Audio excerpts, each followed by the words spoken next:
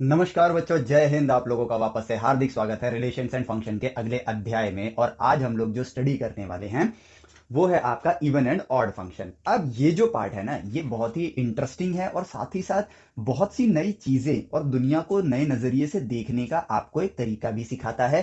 साथ ही साथ ये कोई ऐसे टॉपिक नहीं है कि जस्ट आपको यहाँ पर डेफिनेशंस याद कर लेनी है और एक फॉर्मूला याद कर लेना है कि अगर ये समीकरण बैठेगा तो ये इवन कहलाएगा या ये होगा तो वो ऑड कहलाएगा। यहाँ पे वास्तविकता में गणितज्ञों ने ऑब्जर्वेशन के जरिए कुछ ऐसा खोजा जो नेचर के अंदर अमूमन देखने को पाया जाता है, और इसकी स्टडी की मदद से हम लोग भविष्य के अंदर जब हम इस दुनिया को देख रहे होंगे, दुनिया में फंक्शंस को देख रहे होंगे, दुनिया के समीकरणों को यानी कि इक्वेशंस को, लॉज को जब समझ रहे होंगे, तो वहां पर जब हमारे पास फंक्शन इवन टाइप का आएगा या ऑड टाइप का आएगा तो उसका ज्ञान यदि हमारे पास होगा तो कुदरत से बात करने में हम इंसानों को और ज्यादा आसानी होगी। गणित के क्षेत्र में इंसान ये नॉलेज क्यों बढ़ाता रहता है अपनी, ताकि उसकी कुदरत से बात करने की जो ये भाषा है ये और विकसित होती रहे और ये कुदरत के नियमों को और बेहतर ढंग से पहचान पाए और अपने इवोल्यूशन के रास्ते पर आगे बढ़ता रहे। सो सिमिलरली हम बाय डेफिनेशन इसको नहीं स्टडी करने वाले हैं, बल्कि हम लोग क्या स्टडी कर रहे हैं, अभी हम लोग स्टडी कर रहे हैं फंक्शंस को। और यदि हम फंक्शंस को ही ऑब्जर्व करें, देखो एक सवाल कि हम फंक्शंस को स्टडी कर रहे हैं ये हमारा सही सवाल हो जाता है। उसी स्टडी के दौरान जो हमने पाया हम यदि उसी को दोबारा ऑब्जर्व करें और उसमें अपने प्रीवियस नॉलेज की मदद से यदि उससे वार्तालाप करें गणित की भाषा से, तो कुदरत नया ज्ञान देगा ही देगा। सेम वही कर रहे थे गणितज्ञ। गणितज्ञों ने देखा कि फंक्शंस और नेचर के अंदर दो चीजें बहुत ही प्रचुर मात्रा में मिलती है या कहे हमेशा मिलती है, और वो होता है यहां पर पैटर्न, पैटर्न्स एंड यहां पर हम कह सकते हैं एक और चीज सिमेट्री। सिमेट्री हमें देखने को मिलती है। अब ये जो पैटर्न्स और सिमेट्री है ना, यही नेचर का मूलभूत सिद्धांत माना गया है। अब इतनी चीजों को देखने के बाद, शुरुआती दिनों में हम शायद नहीं जानते थे, हमें लगता था चीजें कॉम्प्लिकेटेड होती हैं, बट गणित में जिस तरह से और विज्ञान में जिस तरह से इंसान आगे बढ़ा तो उसने एक चीज देखी कि हम बस उसके पैटर्न को नहीं जानते हैं। जब उसका पैटर्न समझ आ जाता है, और सिमेट्री यहां पर मदद करती है पैटर्न्स को और बेहतर ढंग से अंडरस्टैंड करने में, इसलिए सिमेट्री और पैटर्न्स हमारे लिए बहुत इंपॉर्टेंट चीज हैं। वंस आपने उस पैटर्न को समझ लिया, चाहे वो नॉर्मली आपको दिख रहा हो या सिमेट्री की मदद से दिख रहा हो, आपने उस चीज का पूर्ण ज्ञान हासिल कर लिया है। यही नेचर का एल्गोरिदम है, या नेचर इसी वे में चलता है। नेचर में कोई भी फिनोमिना बिना किसी पैटर्न के नहीं होगा, और ये 100% सही बात है। तो यहां पर हमें उस पैटर्न तक पहुंचना है, और जैसे जैसे इंसान विकसित होता जाता है वो मतलब ज्ञान के क्षेत्र में, वो उन पैटर्न्स के और करीब पहुंचता है। सिमिलरली हम तो अभी बहुत छोटी सिमेट्री और पैटर्न्स देख रहे हैं। दुनिया में कोई भी चीज मुश्किल नहीं होती है, बस सही रास्ता हमें चुनना होता है और ज्ञान प्राप्त करना होता है। तो सिमिलरली गणितज्ञ फंक्शंस को देख रहे थे, और फंक्शंस को देखते देखते उन्होंने, जैसे हमने प्रीवियस लेक्चर्स में देखा कंपोजिट फंक्शन आपने देखा है, तो ये फंक्शंस को देख के ही तो उन्होंने समझा।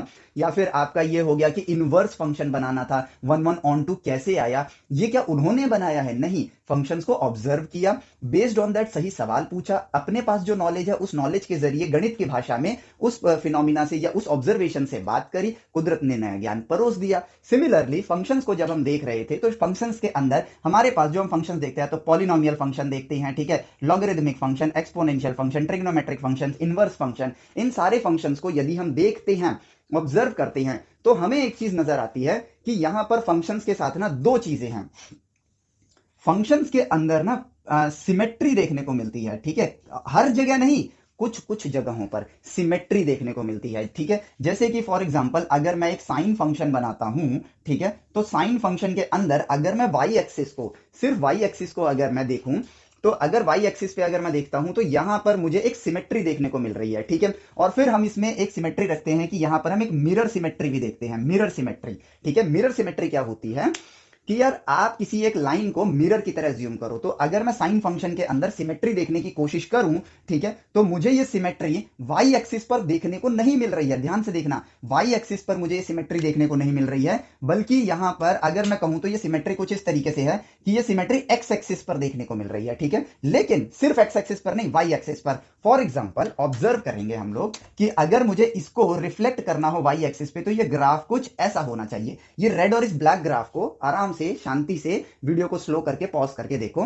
अब देखो इसकी इमेज ये है, इसकी इमेज ये है, रेड वाले पार्ट को और ब्लैक वाले पार्ट को देखो। और यदि मैं इसी को फ्लिप कर दूं तो यहां पर एक और सिमेट्री देखने को मिलेगी कि हमने एक्स एक्सिस पर फ्लिप कर दिया, यानी कि जो ब्लैक कलर का पार्ट है, जिसको मैं ब्लू कलर का कर देता हूं, ठीक है, वो ये रहा। तो यहां पे टू वे सिमेट्री, देखो एक ऐसी सिमेट्री देखने को मिल रही है जिसमें आपने पहले वाई एक्सिस को एज अ मिरर लिया, आपने इसकी इमेज बनाई, आपने इसकी मिरर इमेज बनाई, और फिर आपने इसकी मिरर इमेज, ठीक है, एक्स एक्सिस के मुकाबले बना दी, जो कि ऑब्वियसली ऐसे बनेगी। तो ये एक्स और वाई दोनों पे यहां पर इन दोनों के साथ सिमेट्री फॉलो कर रहा है। तो यहीं से गणितज्ञ ने नई नई चीजें खोजनी स्टार्ट करी। तो उन्होंने जो नोटिस किया वो ये किया कि एक्स और वाई दोनों पे सिमेट्रिक हो रहा है, तो क्यों ना एक ऐसी लाइन बनाई जाए जो एक्स और वाई को रिप्रेजेंट करती हो। तो वो 45 डिग्री पे इन्होंने बना दी। अब अगर आप देखोगे तो एक्स वाई एक्सिस पर ये मिरर सिमेट्री देखने को मिल रही है कि अगर मैं इस ग्रीन लाइन को एज अ मिरर देखूं तो इसके इस पार की इमेज बन रही है, ठीक है। यदि आप इस लाइन को देखते हो, ठीक है, बट इसमें भी ऐसा होगा, इसमें भी ऐसा नहीं होगा,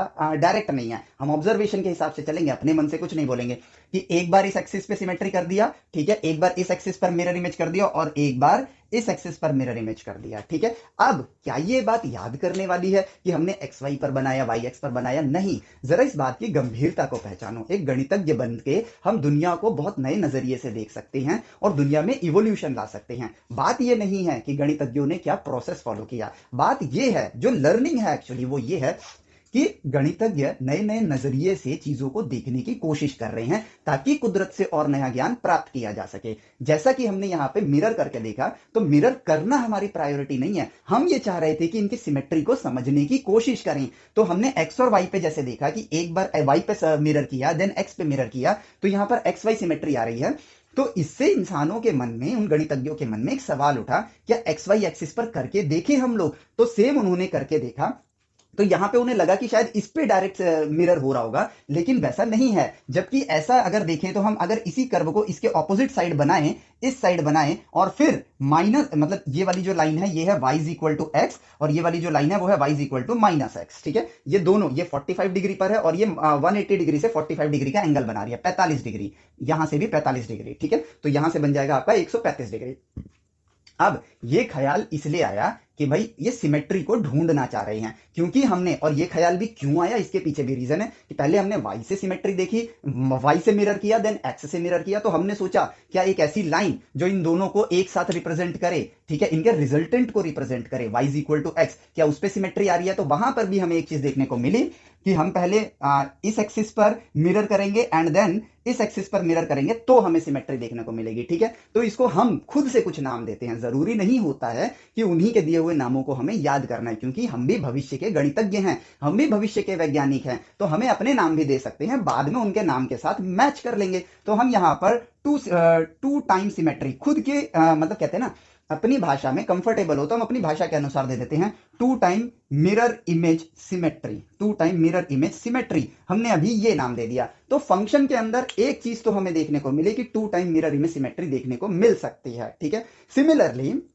एक तो ये देखने को मिल गया, सिमिलरली हम और फंक्शंस को ऑब्जर्व करते गए तो हमें यहां पर और चीजें देखने को मिली, और वो ये थी कि यार फंक्शन में हमने cos x का फंक्शन देखा, ठीक है। cos x के फंक्शन को देखें तो वो शुरू होगा ऐसे और फिर जाएगा ऐसे, और फिर यहां पर भी ऐसे आएगा और फिर ऐसे आएगा। यदि हम cos x के फंक्शन को देखते हैं तो इसमें सिर्फ y एक्सिस ही मिरर की तरह काम कर रहा है, ठीक है, सिर्फ y एक्सिस से ही काम हो जा रहा है। अगर आप ध्यान से देखो कि इसकी मिरर इमेज इस साइड है और इसकी मिरर इमेज इस साइड है, यानी कि y एक्सिस अकेला काफी है, x पे मिरर करने की जरूरत नहीं करी, ठीक है। तो यहां पे मैं एक और सिमेट्री हमें देखने को मिली, one time mirror image symmetry, हमें ये दो चीजें देखने को मिली।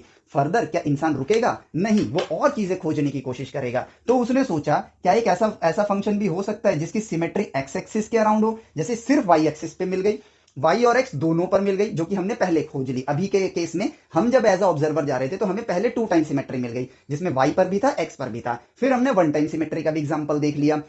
एंड देन अपने आप सवाल आता है, अगर सिर्फ y पे एग्जिस्ट करता है तो क्या सिर्फ x पे एग्जिस्ट करेगा? क्या इस तरह की सिमेट्री एग्जिस्ट कर सकती है? तो जवाब है यस, बट वो चीज फंक्शन के अंदर नहीं आएगी, वो चीज आएगी रिलेशन के अंदर। क्यों आएगी रिलेशन के अंदर? क्योंकि फंक्शन का जो मूलभूत सिद्धांत है, जो एक रिलेशन को फंक्शन कहने पर हमें मजबूर तो नहीं कहेंगे, पर लाइन वही बन रही है, चलो, जो एक रिलेशन को हम फंक्शन कहने के लिए जिस पैरामीटर का इस्तेमाल करते हैं वो पैरामीटर है कि एक इनपुट पर, taking x as a input, तो आउटपुट सिर्फ एक आना चाहिए, बट यहां पर इस फंक्शन को अगर हम इसको फंक्शन बोल रहे हैं तो दो आउटपुट आ रहे हैं। तो इसका मतलब एक्स एक्सिस पे जो सिमेट्री है वो देखने को तो मिलेगी, बट वो फंक्शंस के अंदर देखने को नहीं मिलेगी। तो फंक्शंस के अंदर हमें सिर्फ ये दो सिमेट्री देखने को मिलती है, और रिलेशन के अंदर इन दोनों के साथ एक्स एक्सिस का भी one time symmetry, one time mirror image symmetry, ठीक है, अराउंड वाई एक्सिस अब लिखना पड़ेगा हमें फंक्शन में, ठीक है, और रिलेशन में सॉरी, और अराउंड एक्स एक्सिस, ठीक है। तो यहां पर जो सेट ऑफ इंफॉर्मेशन हमने बनाई वाया ऑब्जर्वेशन, उस ऑब्जर्वेशन के बेसिस पर हम कह सकते हैं कि हमारे पास दो सिमेट्री हैं फंक्शन के अंदर और तीन टाइप ऑफ सिमेट्री हैं रिलेशन के अंदर, ठीक है, ये चीज मिली। तो क्या आप सिमेट्री सिर्फ तीन ही हो सकती हैं? जवाब है नहीं। भविष्य में इंसान के मन में उत्सुकता जागेगी, जैसे आपके मन में भी जाग रही है कि भैया अगर हम y equal to x axis के बारे में बात कर रहे हैं जहां टू टाइम सिमेट्री आ रही है, तो क्या हम सिर्फ यही लाइन लें? क्या पता ऐसे भी फंक्शन एग्जिस्ट करते हों जो किसी और लाइन पे सिमेट्रिक हों, डायरेक्ट सिमेट्री या टू वे सिमेट्री, ऐसा भी तो हो सकता है, ठीक है। तो इसका मतलब ये तीन शुरुआती सिमेट्री इंसानों ने खोजी हैं, और भविष्य में आपके लिए कई ऐसी सिमेट्रीज भी खोजी जा सकती हैं, और उसमें इंसान क्या ढूंढ रहा होगा, ध्यान से सुनना, ज्ञान यही है, ठीक है, ज्ञान यही है। ऑब्जर्वेशन के बाद चीजें अपने आप सॉल्व हो जाती हैं। तो वो क्या ढूंढ रहा होगा? सिमेट्री तो ढूंढ रहा होगा, लेकिन मल्टीपल लाइंस, मल्टीपल एंगल्स पे लाइन बना बना के वो क्या खोजने की कोशिश कर रहा होगा? इन सिमेट्रीज के जरिए पैटर्न्स को खोज रहा होगा, जिससे कि वो कुदरत को और बेहतर ढंग से समझ पाए। हो सकता है कि बहुत से फंक्शन कॉम्प्लिकेटेड लगते हों शुरुआती दिनों में कि यार ये तो बड़ा ही अटपटा सा ग्राफ है, लेकिन कुदरत ने हमें अभी तक सिखाया है कि यार इसके पीछे कोई ना कोई पैटर्न होगा। अब सिमेट्री के जरिए भी पैटर्न ढूंढे जा सकते हैं, तो वो मल्टीपल लाइंस पे अटेम्प्ट करेगा, जिससे कि क्या होता है, जिससे कि होता ये है कि हम शुरुआती दिनों में एक आध मतलब छोटे छोटे लेवल पर पैटर्न्स को ढूंढते हैं, ढूंढते ढूंढते, ठीक है, हमें शुरुआत में नहीं लगता है कि वो पैटर्न है, हम चीजों को डिस्कवर करते हैं शुरुआती तौर पर, ठीक है, फिर उसके बाद हमें एक पैटर्न दिखना शुरू हो जाता है। जैसे कि फॉर एग्जाम्पल हमें इनफाइनाइट सिमेट्रीज ढूंढने की जरूरत नहीं है। हमने y इक्वल टू एक्स पे काम किया, y equal to minus x पे काम किया, या किसी और लाइन पे काम किया, इसी तरीके से हमने क्या किया, एंगल के साथ उसे ऑब्जर्व करना स्टार्ट कर दिया, ठीक है, एंगल के साथ ऑब्जर्व करना स्टार्ट कर दिया। और ये लाइन की इक्वेशन कैसे बनती है हम स्ट्रेट लाइन में सीख ही जाएंगे। तो एंगल के साथ इक्वेशन बनाया, यानी कि एक रिलेशन जोड़ा एंगल और लाइन का, ठीक है, वो बनाया। अब उसके साथ सिमेट्री को खोजते गए कि इस तरह के ग्राफ में इस एंगल पे सिमेट्री आ रही है, तो इस type of graph, type of function, type of angle, ठीक है, इन दोनों के बीच में एक रिलेशन मैप किया गया। अब इसी से समझो कि आप ये चैप्टर क्यों पढ़ रहे हो। गणित में ये सिर्फ एक चैप्टर नहीं है, आगे की पूरी जर्नी है। आप इन चीजों को मैप कर रहे हो और वहां से आपको एक पैटर्न देखने को मिला छोटे छोटे चीजों को करते करते, और उस पैटर्न से आपने फाइनली एक समीकरण बना दिया कि भाई इस तरह का फंक्शन इस वाली लाइन के अलोंग सिमेट्रिक होगा। तो इससे हमारे ज्ञान की बढ़ोतरी हुई और साथ ही साथ नेचर की इस ब्यूटी को इंसान एक्सप्लोर कर पाया। और यही है, इसीलिए मैं कहता हूं कि पढ़ाई कभी भी मुश्किल नहीं होती है, इट्स जस्ट कि हमें चीजों को खोजना आना चाहिए, और खोजने के लिए तो बहुत ही आसान सी चीजें हैं। अब आपका हर चैप्टर गणित में हो या विज्ञान के अंदर हो, यदि आप सिर्फ फॉर्मूला याद करोगे तो डिफिकल्टी ही आएगी, क्योंकि आप ज्ञान नहीं ले रहे हो। आप सिर्फ और सिर्फ एक वर्कर बनने की तरह कि हाँ ये काम करने के लिए ये इक्वेशन लगेगी, मतलब ये क्वेश्चन सॉल्व करने के लिए ये इक्वेशन लगेगी, हमें ये लगा के इसको सॉल्व करके आंसर निकाल देना है, ये ज्ञान बिल्कुल भी नहीं होता है। कुदरत को समझना और उसको समझने की समझ पैदा करना, ये ज्ञान होता है। और ये तो क्या होता है? सोचने की शक्ति। ये आपकी सोचने की शक्ति पर निर्भर करेगा। इसीलिए आइंस्टाइन सर ने कहा था कि education is not learning of facts, it is the training of mind to think. चीजों को याद करना ज्ञान प्राप्त करना नहीं होता है, बल्कि सोचना सीखना ज्ञान प्राप्त करना होता है। तो जब आप सोचोगे, जब आप क्यूरियस रहोगे, ऑब्जर्व करोगे, तभी तो सोचोगे। और जब सोचोगे, वार्तालाप करोगे गणित की भाषा से, वो गणित नहीं जो आपको नहीं आती है, वो गणित जो आपको अभी तक आती है, उसके जरिए वार्तालाप करोगे, तो आपकी गणित जो अभी इतनी है वो और बढ़ जाएगी। फिर आपके पास ज्यादा भाषा है, आप और बात करोगे, और बढ़ जाएगी और बढ़ेगी। इसी तरह कुदरत से और वार्तालाप करते जाओगे और इवॉल्व होते जाओगे। इसीलिए तो साइंस और मैथ्स आसान है, हमारी सिर्फ दिशा गलत होती है। ये बात हमेशा याद रखना। सेल्फ डिपेंडेंट आप बन सकते हो बड़े ही प्यार से। सिर्फ फियर अपने शरीर से गायब करो और सोचो कि राइट वे ऑफ एजुकेशन के जरिए हम कितनी आसानी से चीजों को सीख सकते हैं, ठीक है। और देखो अब रिलेशन फंक्शन, ये जो मैंने अभी बात बोली, तो रिलेशन फंक्शन की इंपॉर्टेंस, जो हम एक राइट अप लिखते हैं कि रिलेशन फंक्शन का ये प्रो है, ये कौन है, इन सबसे मायने नहीं रखता है। लिखने से ज्यादा इंपॉर्टेंट है कि आपने सीखा क्या। तो यहां पे एक बात तो समझ आ गई कि ये चैप्टर हमारे लिए क्यों इंपॉर्टेंट है, क्यों हमें पढ़ाया जा रहा है। इसलिए पढ़ाया जा रहा है ताकि हम जब फिजिक्स में जाएं तो हम कुदरत के नियमों को याद ना करें, बल्कि इसी तरीके से सेट्स बनाएं डेटा का, जो ऑब्जर्वेशन से हमें मिलेगा, उन सेट्स के नंबरों के बीच में मैपिंग करें, और उन मैपिंग के जरिए जब उसको ऑब्जर्व करेंगे तो एक समीकरण देखने को मिलेगा। और जब वो समीकरण देखने को मिलेगा तो हमें पैटर्न पैटर्न्स देखने को मिलेंगे और बेस्ड ऑन दैट पैटर्न्स हम कुदरत के नियमों को समझ पाएंगे। यह आपकी प्रिपरेशन है विज्ञान के क्षेत्र में एक कदम आगे रखने की और सही दिशा में कदम बढ़ाने की प्रिपरेशन है। और गणित और विज्ञान ये कभी अलग नहीं हो सकते हैं, ये हमेशा साथ रहेंगे। और जब अगर आपने इनको अलग कर दिया, जो कि मैं जनरली कहता हूं कि बायोलॉजी में हमारे देश में एक प्रॉब्लम मानता हूं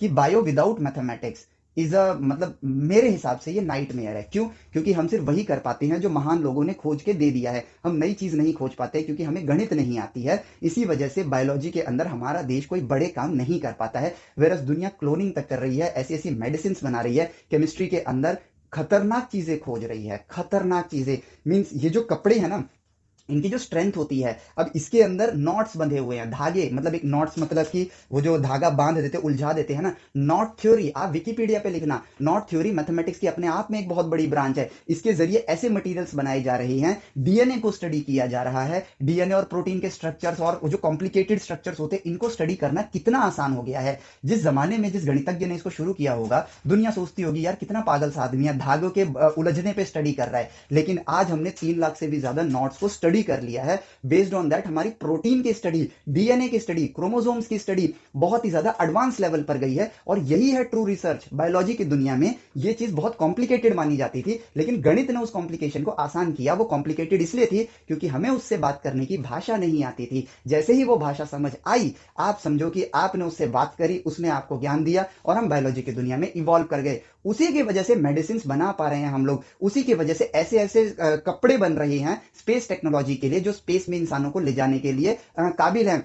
ऐसे मटेरियल्स बनाए जा रहे हैं जो हल्के भी हों और बहुत ज्यादा मजबूत हों। और ये सब किसकी मदद से? नॉट थ्योरी की मदद से। अब नॉट थ्योरी किसके अंदर आएगा? गणित के अंदर आएगा। ये ऑब्जर्वेशन से सीखी गई गणित है और इंसान आगे बढ़ रहा है। बट हम लोग गलती क्या करते हैं कि इन थ्योरीज की मदद से जब महान लोग कोई चीज नई चीज खोजते हैं तो उनके राइटअप को याद कर करके सोचते हैं कि हम एक वर्किंग प्रोफेशनल बन गए हैं। यस, आप एक एम्प्लॉय ही बने हो क्योंकि खोजकर्ता वो थे, आप उनकी खोज पर काम करने वाले एक वर्कर हो और कुछ नहीं।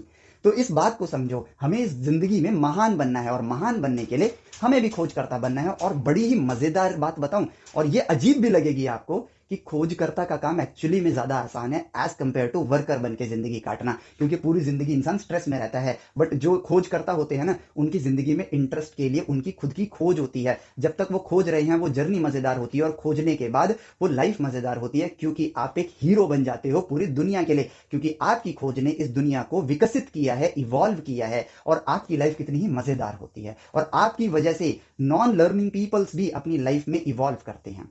पॉइंट को समझो, सोचो इस बात पे कि आपको कौन सी दिशा चूज करनी है। गणित को एक सब्जेक्ट की तरह मत लेना। गणित आपकी जिंदगी में एक इवोल्यूशनरी चेंज लेकर आएगी और ये बहुत आसान है। ये बात हमेशा याद रखना, ठीक है? चलो तो अब बढ़ते हैं आगे।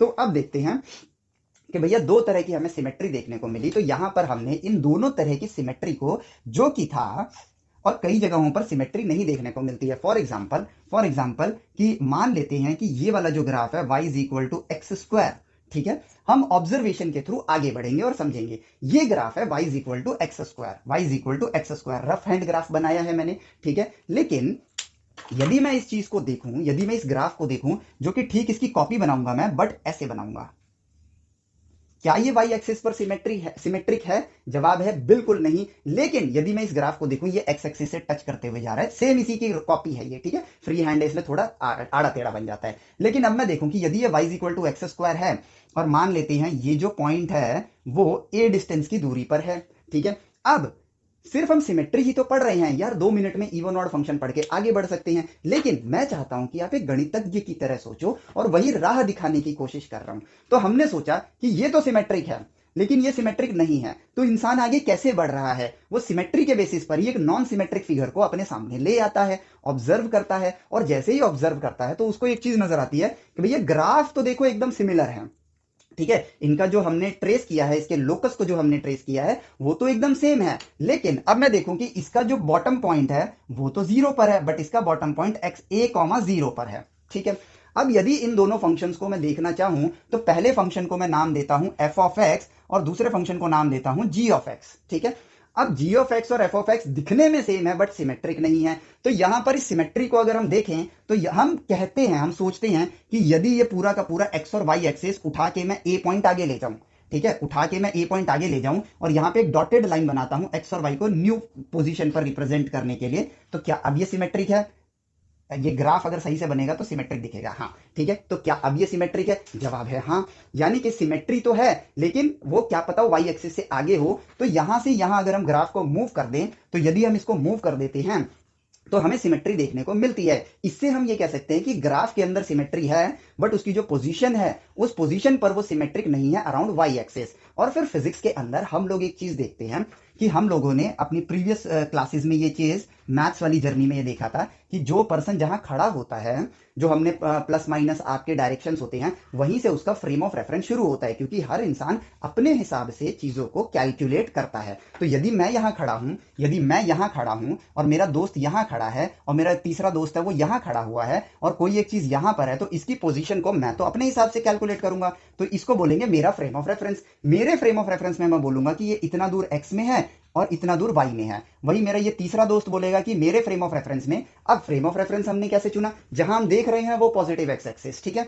तो यदि मैं यहां देख रहा हूं और ये भी यहां देख रहा है, तो ये कहेगा कि मुझे तो इतना पीछे आना पड़ेगा माइनस में, और इतना और पीछे मतलब वाई में नेगेटिव डायरेक्शन में जाना पड़ेगा। तो मेरे कोऑर्डिनेट्स ये हैं। मान लेते हैं कि मेरा ये जो दूसरा दोस्त है वो यहां देख रहा है, तो ये इसकी पॉजिटिव एक्स एक्सिस हो जाएगी, ये इसकी नेगेटिव एक्स एक्सिस हो जाएगी, ये इसका वाई डायरेक्शन हो जाएगा और ये नेगेटिव वाई डायरेक्शन हो जाएगा। तो इसके बेसिस पे ये कहेगा कि मेरे फ्रेम ऑफ रेफरेंस के हिसाब से मुझे सिर्फ वाई डायरेक्शन में चलना है और थोड़ा सा आगे हूं तो थोड़ा सा आगे निकल के यहां जाना है और ये पॉइंट आ जाएगा। तो यहीं से पहली झलक इंसान को दिखाई थी कुदरत ने ट्रांसफॉर्मेशन की, कि आप इन कोऑर्डिनेट एक्सिस को ट्रांसफॉर्म करना सीखो, मतलब ट्रांसलेट करो आगे पीछे ऊपर नीचे, और या फिर उसे रोटेट करना सीखो। और यहां पर भी हमें ट्रांसफॉर्मेशन की एक झलक दिख रही है कि सिमेट्रिक फंक्शन है या नहीं। ये चीज हम इसके एक्स और वाई एक्सिस को एक जगह से दूसरी जगह ट्रांसलेट करके, यानी कि मूव करके, जब हम ट्रांसलेट बोलेंगे तो आगे पीछे ऊपर नीचे, और जब रोटेट बोलेंगे तो इसका मतलब इस एक्स वाई को यहीं के यहीं रख के घुमा दिया, और जब दोनों बोलेंगे कि इतना ट्रांसलेट भी करा इतना रोटेट भी कर दिया, तो हमें फिगर्स यहां पर सेम देखने को मिलेगी। इसके फ्रेम ऑफ रेफरेंस को उठा लो और इसके फ्रेम ऑफ रेफरेंस के अकॉर्डिंग सोचो, ये कोई याद करने वाली चीज नहीं है, एक ऑब्जर्वेशन है। तो हमें क्या करना चाहिए कि इसके कोऑर्डिनेट्स जो हैं, जो इसके अकॉर्डिंग है, वो इसके अकॉर्डिंग मैच कर जाए, और इनमें क्या रिलेशन है। तो हम कहेंगे कि इसके पहले फ्रेम ऑफ रेफरेंस के अकॉर्डिंग हम क्या करेंगे कि अपने उस दूसरे दोस्त के कोऑर्डिनेट्स को देखेंगे, जो कि एक्स में इतना है वाई में इतना है। तो क्यों ना मैं इस फ्रेम को उठा के पहले एक्स में इतना मूव करा दूं, वाई में थोड़ा ऊपर ले जाऊं, और उसके बाद जब मैं इसे यहां तक ले आऊंगा तो ये ट्रांसलेट हो गया। अब उसके बाद मैं तो अभी इधर ही देख रहा हूं, बट मेरा दोस्त तो इधर देख रहा है, तो मैं इतने एंगल एंटी क्लॉकवाइज इसको रोटेट कर दूं। जैसे ही रोटेट करूंगा, इसका जो कोऑर्डिनेट पहले मेरे हिसाब से था अब इसके हिसाब से एग्जैक्टली मैच करेगा। और इसी ऑब्जर्वेशन से जब हम चीजों को देखेंगे, इस ऑब्जर्वेशन से जब चीजों को देखेंगे, तो हम अपने आप ट्रांसफॉर्मेशन सीख जाएंगे, ट्रांसफॉर्मेशन सीख जाएंगे। और ऐसे ही तो कुदरत से हमने खुद ब खुद ज्ञान प्राप्त कर लिया। यही एक फिनोमिना है। इसी तरीके से गणितज्ञ आगे सीखते हैं, और यही देखो मैथ हो जाती है आसान। लेकिन यदि हम ये कर जाते हैं कि यहां से यहां पे ट्रांसफॉर्म करना है, तो इसका ये फॉर्मूला होता है, तो ये याद कर लो, वो ज्ञान नहीं है। आई होप आप चीजों को अब बेहतर ढंग से चीजों को क्लैरिटी में ला रहे होंगे। तो ज्ञान क्या है? आप ये 11वीं 12वीं में करने के आए हो, ज्ञान प्राप्त करने आए हो, ज्ञान होगा। अब भैया ट्रांसफॉर्मेशन पे अगर फॉर्मूला याद है, ठीक है, तो क्वेश्चन आया, हो सकता है मैं भूल जाऊं, क्वेश्चन हो गया टफ। हो सकता है कि मैंने अधूरा ज्ञान रखा हो, मेरे पास पर्टिकुलर सिचुएशन के लिए मुझे फॉर्मूला याद हो, तो मैं फेल हो गया। यानी कि अब तो मुझे हर सिचुएशन के लिए फॉर्मूला याद करना पड़ेगा। तो इतने फॉर्मूले में कैसे याद करूंगा, क्योंकि अगर काउंटिंग करूं तो यहां तो बहुत सारे समीकरण, बहुत सारे परम्यूटेशन कॉम्बिनेशन बन सकते हैं, इसलिए मैं कभी भी अच्छे नंबर नहीं ला पाता हूं। और अगर लाने भी होते हैं तो सिर्फ 10 ईयर याद कर लेता हूं कि भाई देखो मोस्टली यही वाला पूछा है, तो यही आने के चांस हैं, तो ये वाले का फॉर्मूला याद कर लेता हूं। और ऐसा करके यदि मैं 100 में से 99 नंबर भी ले आया ना, तो वो ज्ञानी नहीं कहलाऊंगा मैं। लेकिन यदि मैंने सोचा समझा सीखा, तो मेरे पास ज्ञान है, मुझे 1000 फॉर्मूले याद करने की जरूरत नहीं है। परिस्थिति, सवाल एक परिस्थिति है, देखूंगा, सॉल्व करूंगा, जवाब तक पहुंचूंगा, और ज्ञान के दम पे जवाब लेकर आऊंगा और मार्क्स आएंगे मेरे। और ज्ञान के दम पे आए हुए, वैसे ज्ञान के दम पे बच्चा आराम से 99 नंबर या 100 में से 100 नंबर ला सकता है, लेकिन इस भावना को समझाने के लिए मैं बोल रहा हूं, ज्ञान के दम पे आए हुए 10 नंबर भी वैल्यूएबल होते हैं, मोर वैल्यूएबल होते हैं व्हेन कंपेयर टू बिना ज्ञान के दम पे लाए हुए 99 नंबर से। ये एक परम सत्य है, और ये बात आप फील भी करते हो, ये मानते भी हो, बस फियर की वजह से, इसको एक्सेप्ट करने से हम इंसान डर जाते हैं। ठीक है, तो ऑब्जर्व करते हैं कि अगर ये y is equal to f of x है और इस ग्राफ को देखें हम लोग और ऑब्जर्व करें तो हमें यहां पर एक चीज देखने को मिलती है कि इस ग्राफ को अगर मैं इस एक्सिस को ए पॉइंट आगे ले जाता हूं तो क्या होता है। तो हम एक ऑब्जर्वेशन करते हैं, कैसे, जो आता है उसके जरिए बात करेंगे। तो इस ग्राफ की इक्वेशन को देखते हैं पुराने फ्रेम से, यानी रेड फ्रेम से देखेंगे। ठीक है, तो इस ग्राफ की जो इक्वेशन है वो है एक्स माइनस ए का होल स्क्वायर। आप जानते ही हो एक्स माइनस ए का होल स्क्वायर होगा तभी तो यहां पर पहुंचेगा। और अब इस क्या कहते हैं न्यू पोजीशन से अगर हम लोग देखें, न्यू पोजीशन से अगर हम लोग देखें तो यहां पर ये न्यू ब्लैक कलर के ग्राफ से अगर हम लोग देखें, यानी कि कोऑर्डिनेट हमने आगे शिफ्ट कर दिया है, तो ये बन जाता है वापस से एक्स स्क्वायर। क्यों? क्योंकि अब आपका ओरिजिन यहां आ गया है ना। पहले रेड ग्राफ में तो आपका आपका जो बॉटम था, वर्टेक्स बोल लो इसे, वो a,0 पर था, लेकिन अब न्यू ग्राफ पे तो वो सिर्फ वो तो 0,0 पर आ गया है। ये ग्राफ एज इट इज उठा के यहां ले आए हो आप, तो भाई ये ग्राफ वापस से ट्रांसफॉर्म हो गया। तो यानी कि इस ऑब्जर्वेशन से जो देख पा रहा हूं मैं कि if my coordinate plane XY plane moves in positive x direction, ठीक है, एफ ऑफ एक्स, इसको मैंने सॉरी gx लिखा था, gx which is x minus A का whole square will be transformed to x square. ठीक है, वो एक्स स्क्वायर में ट्रांसफॉर्म हो जाएगा। अब जो ज्ञान है उससे बात करो, आपने इसको कहां मूव किया है, प्लस ए डायरेक्शन में मूव किया है, और इन दोनों को ऑब्जर्व करो तो आपको यहां पे क्लियरली देखने को मिल रहा है कि यदि मैं फंक्शन की जो इक्वेशन है उसमें यदि मैं माइनस ए करता हूं, तो मतलब सॉरी करता हूं नहीं, जब मैंने पॉजिटिव ए डायरेक्शन में ट्रांसलेट किया उसे, तो यहां पर माइनस ए देखने को मिल रहा है। या फिर मैं ये कहूं कि ये जो मेरा ग्राफ है यहां पर, इसको मैं थोड़ी और नॉर्मल भाषा में समझाने की कोशिश करता हूं कि यदि मुझे एफ ऑफ एक्स को और एफ ऑफ एक्स की मदद से जी ऑफ एक्स की इक्वेशन को स्टडी करना है, तो ये देखूं कि अगर दोनों फंक्शन सेम टू सेम हैं तो इसमें एक चीज देखने को मिलेगी कि इन दोनों के जो कॉमन पॉइंट हैं, ठीक है, जो वर्टेक्स है, दो कोई भी कॉमन पॉइंट पकड़ लो, चाहे आप ये वाला पॉइंट पकड़ो ये वाला, इन दोनों के बीच में जो डिस्टेंस होगा, चाहे ये वाला पकड़ो ये वाला, डिस्टेंस हमेशा ए के बराबर होगा। इन दोनों के बीच में भी डिस्टेंस क्या होगा, ए के बराबर होगा, क्योंकि दोनों ग्राफ एक दूसरे की फोटोकॉपी ही है, बस एक ओरिजिन पे से गुजर रहा है, एक आगे से गुजर रहा है, और इनके बीच में गैप कितना आ रहा है, एक आ रहा है। सो इस रेड ग्राफ को अगर मैं प्लस ए डायरेक्शन में आगे बढ़ाऊंगा तो इस ग्राफ के अंदर जो रिजल्ट आ रहा है वो किसके बराबर आ रहा है, वो आ रहा है एक्स माइनस ए के बराबर आ रहा है। यानी एफ ऑफ एक्स को यदि मैं ट्रांसलेट करता हूं प्लस ए डायरेक्शन में, प्लस ए पॉइंट के साथ, तो ग्राफ में जो मेरा इक्वेशन है, एफ ऑफ एक्स की जो इक्वेशन है वो है एक्स स्क्वायर, वो आफ्टर ट्रांसलेशन कन्वर्ट हो जाएगी एक्स माइनस ए का होल स्क्वायर। यानी कि आपने अब यहां पर ओरिजिन को ट्रांसलेट नहीं किया, ग्राफ को ट्रांसलेट कर दिया। तो एक ऑब्जर्वेशन से हमें देखने को मिला कि आप अभी पहले तो इसको प्लेन को, जो एक्स वाई प्लेन है, इसको ट्रांसलेट कर रहे थे, तो आप यहां पर समीकरण ये देखने को मिल रहा है कि इक्वेशन ये और ये सेम टू सेम है, ठीक है, और ये तो हमें देख के भी पता चल रहा है। लेकिन जस्ट फॉर ऑब्जर्वेशन हमने इसको जब लिखा तो हमें समझ आया कि अगर मैं किसी ग्राफ को प्लस ए डायरेक्शन में ट्रांसलेट करूंगा तो उसकी इक्वेशन माइनस ए के साथ चेंज हो जाएगी। और आप किसी भी ग्राफ के साथ करके देखो, और यही वाला सेम ज्ञान आप लोग फिजिक्स में ऑब्जर्व करने वाले हो वेव मोशन के अंदर, कि जब वहां पर आप वेव देखोगे के एक्स माइनस ओमेगा टी के फॉर्म में, जब देखोगे एफ ऑफ के एक्स माइनस ओमेगा टी के फॉर्म में, तो यहां पे माइनस जब लिखा होगा ना, तो हम वहां पर याद करते हैं कि माइनस ओमेगा टी लिखा है ना, तो यदि माइनस लिखा है तो इसका मतलब यह है कि वेव पॉजिटिव डायरेक्शन में जा रही है। लेकिन यदि यहां पे प्लस लिखा होगा तो वेव हमारी नेगेटिव डायरेक्शन में जा रही होगी। लेकिन एक ऑब्जर्वेशन के साथ इसका मीनिंग समझ आ जाता है, बट वहां पे हमें रटना पड़ता है कि यार प्लस लिखा है, माइनस लिखा है, और ये इक्वेशन भी समझ नहीं आती है कि ये क्यों है। क्योंकि हमने रिलेशन फंक्शन को बस डेफिनेशंस में याद कर लिया। तो फिजिक्स ऐसे मुश्किल हो जाती है, मुश्किल है ही नहीं वो। जब आपके पास इंफॉर्मेशन नहीं है तो आप प्रोसेस नहीं कर पाओगे, और यदि प्रोसेस नहीं कर पाओगे तो कैसे समझोगे। ब्रेन वही इंफॉर्मेशन प्रोसेस कर सकता है जो आपके पास है। इसीलिए ह्यूमन ब्रेन की वो वीडियो मैंने बनाई थी, ताकि उसी चीज को एज एग्जांपल लेके आपको चीजें बार बार समझाई जा सके। ठीक है, तो ये देखो ट्रांसलेशन भी हमने ऑब्जर्व कर लिया, और इसको हम इसके ऊपर प्रॉपरली अलग से एक वीडियो पूरा लेक्चर रखेंगे इस पे, क्योंकि बहुत सी चीजें ऑब्जर्व करने के लिए, और ये मैं आपको जरूर पढ़ाऊंगा। ठीक है, लेकिन ऑब्जर्वेशन के जरिए देखो क्या क्या चीजें सीखी जा सकती हैं। अब ये टेक्निकली तो सिर्फ 2 मिनट का टॉपिक था कि भाई इवन ऑड फंक्शन आपको पढ़ाना है, 2 मिनट में खत्म कर सकते हैं, लेकिन ज्ञान नहीं मिलता वैसे। ठीक है, कैसे, मैं कह सकता था इवन में ये समीकरण है, ऑड में वो समीकरण है, हो गया, चलो बेटा फॉर्मूले में अप्लाई कर लेना, मैच कर गया तो ठीक, नहीं मैच किया तो नहीं है। तो फंक्शंस के अंदर हमें सिमेट्री देखने को मिल रही है। ठीक है, सिमेट्री देखने को मिल रही है, ठीक है, अलोंग वाई एक्सिस, ठीक है, one time mirror image symmetry, ठीक है, या फिर 2 टाइम मिरर इमेज सिमेट्री, ठीक है, along y axis, plus x axis. ये हमें फंक्शंस में देखने को मिल रहा है। रिलेशन में अलोंग एक्स एक्सिस भी होता है और इसके अलावा भी और ज्यादा सिमेट्रीज होती हैं। अब हम शुरुआत बस बेसिक से कर रहे हैं। तो इसी के साथ इन्हीं चीजों को यदि हम ऑब्जर्व करें तो मैं पहले वन टाइम सिमेट्री को ऑब्जर्व करता हूं। ठीक है, कोई एक रैंडम सा ग्राफ बनाता हूं, ऐसे बनाया और फिर इसको ही सिमेट्री कर दिया। ठीक है, ये रहा मेरे पास एक फंक्शन। ठीक है, ये देखो ये कैसा फंक्शन है जिसमें सिर्फ वाई एक्सिस के अलोंग सिमेट्री है।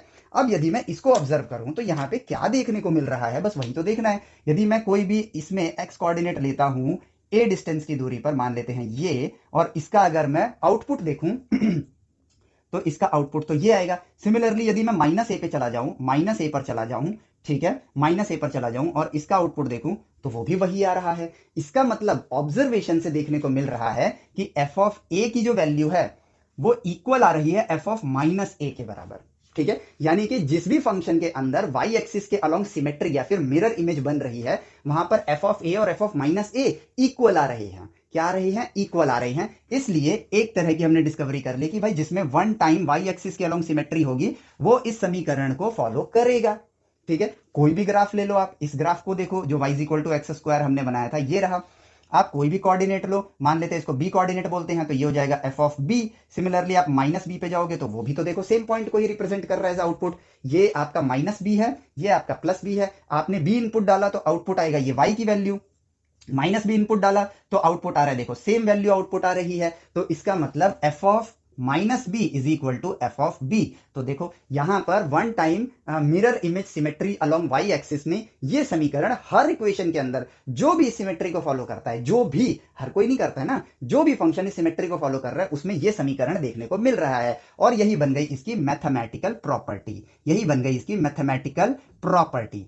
तो यहां पर हमने इस प्रॉपर्टी को ढूंढ लिया फॉर द फर्स्ट सिनेरियो। ठीक है, जो कि निकल कर आता है कि f of minus x equal होगा एफ ऑफ एक्स के बराबर, डिस्कवर्ड। ठीक है, अब बढ़ते हैं अगले टाइप के जिसमें हमें टू टाइम्स की मिरर इमेज सिमेट्री देखने को मिली थी। उसमें बढ़ते हैं तो देखते हैं उसमें क्या देखने को मिलता है हमें।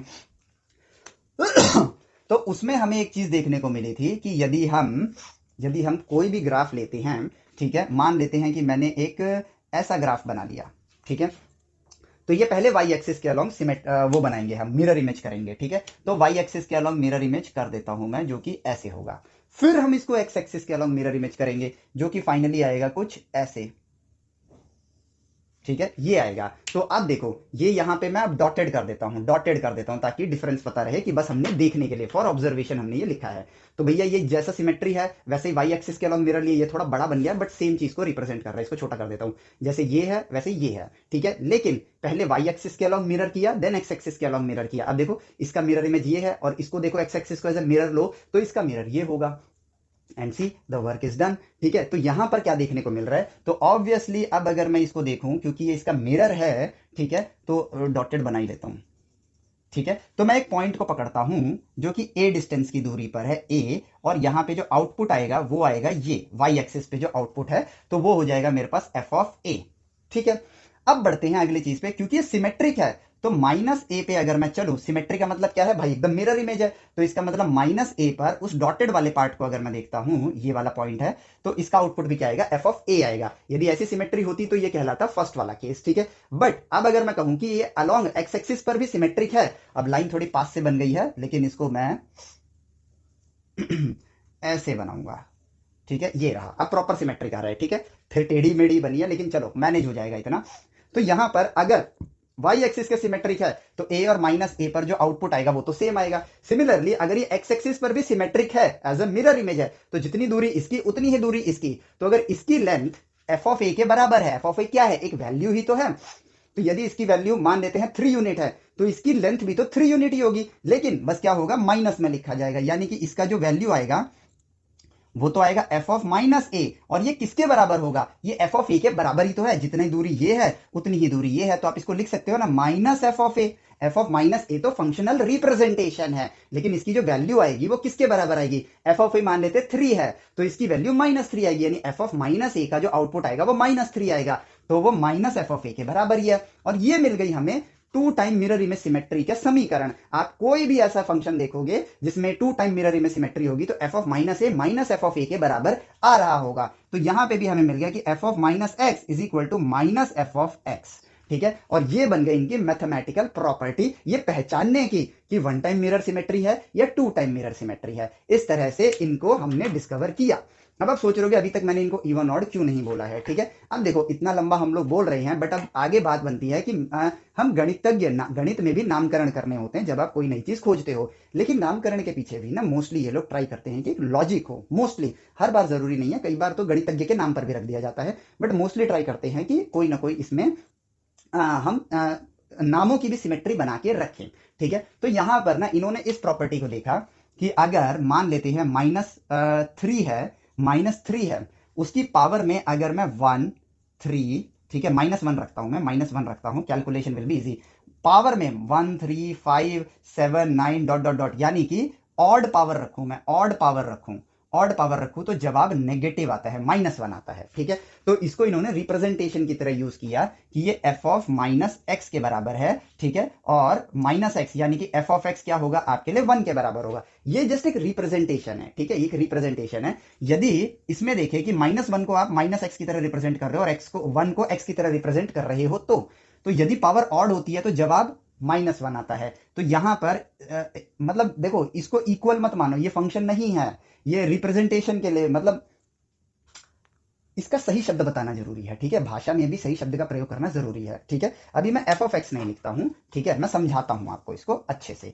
-1 की पावर में यदि ऑड होगा तो जवाब -1 आएगा, ठीक है। वेरएज -1 की पावर में अगर इवन नंबर होगा, ठीक है, या माइनस में कोई भी नंबर हो, उसकी पावर अगर इवन होगी, ठीक है, इवन होगी अगर पावर, तो जवाब प्लस में आएगा, ठीक है। अब जरा इनको इनके साथ देखने की कोशिश करो, संदर्भ में देखने की कोशिश करो। -1 ठीक है, और -1 + 1, -x + x, -x इस संदर्भ में देखने की कोशिश करोगे तो आपको समझ आएगा कि आप इसको ऐसे भी तो लिख सकते हो, इस -1 की जगह आप ऐसे लिख दो 1, ठीक है। तो माइनस जहां पहले ब्रैकेट के अंदर था, ब्रैकेट के बाहर रिप्रेजेंट हो रहा है, और माइनस प्लस के साथ चेंज हो गया है। तो इन्हीं चीजों को मद्देनजर रखते हुए इन्होंने एक नाम दिया कि जब -1 का इनपुट डाला तो +1 आया, -x का इनपुट डाला तो +x वाले इनपुट के बराबर आया, -x का इनपुट डाला तो -x का इनपुट आया, -x का इनपुट डाला तो -x का इनपुट आया। इसके संदर्भ में जोड़कर उन्होंने इसका नामकरण किया कि जब ये वाली सिमेट्री होगी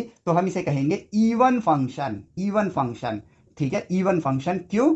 क्योंकि माइनस का इनपुट दिया तो +x के संदर्भ में जवाब आया, माइनस में इनपुट दिया तो +x के संदर्भ में जवाब आया, और इसको हमने नाम दिया ऑड फंक्शन। क्यों? क्योंकि -x के संदर्भ में इनपुट डाला तो -+x के संदर्भ में आउटपुट आया, इसलिए बन गया ऑड फंक्शन। और फाइनली ये पार्ट हमारा हुआ कंप्लीट, ये ऑब्जर्वेशन हुई हमारी कंप्लीट। और सिर्फ इतनी ही सिमेट्री नहीं होती हैं, बेशुमार सिमेट्रीज हैं जो कि भविष्य में जैसे जैसे आप गणित में आगे बढ़ोगे आप खोजोगे ही, और वो तभी खोजने में मजा आएगा जब आप क्यूरियस होगे। आज ऐसे पढ़ोगे तो कल ऐसी चीजें खोजोगे। सो इवन फंक्शन फाइनली अब हम कह सकते हैं, ठीक है, इवन फंक्शन वो फंक्शन होते हैं जो इस प्रॉपर्टी को रिप्रेजेंट करते हैं, f of -x is positive of f of x, और ऑड फंक्शन वो होते हैं जो रिप्रेजेंट करते हैं f of -x is equal to minus of f of x। ये मिल गया फाइनली हमारे पास, खोज हमारी पूर्ण हुई और सारा ज्ञान हमने प्राप्त किया। और सिर्फ इन्हीं का ज्ञान प्राप्त नहीं किया, मैथमेटिक्स की जर्नी कैसी होनी चाहिए इसका ज्ञान प्राप्त किया। और यही असली नॉलेज है, इस बात को समझना, हमेशा समझना, और इसी बात को प्रोपगेट करना भी जरूरी है इंडिया की इवोल्यूशन के लिए, ठीक है। चलो तो देखो, ये है आपका इवन ऑड फंक्शन। और अब इसके बाद का जो लेक्चर है बड़ा ही मजेदार है, और उससे तो आपको इस दुनिया को देखने का और नया नजरिया मिलेगा, वो है पीरियोडिक फंक्शन। वहां पर भी हम चीजों को ऐसे एक्सप्लोर करने वाले हैं। और हम देखो, ये टॉपिक बड़ा ऐसा सा है कि हम बस इतना सा पढ़ लेते हैं ना शुरुआत में तो हमारा ये टॉपिक खत्म हो जाता, मतलब 2 मिनट का टॉपिक था ये। बट समझना जरूरी है, असली शिक्षा जरूरी है। चीजों को याद करना शिक्षा नहीं होता है, सोचना सीखना असली शिक्षा होती है, और वही चीज हम लोग कर रहे हैं।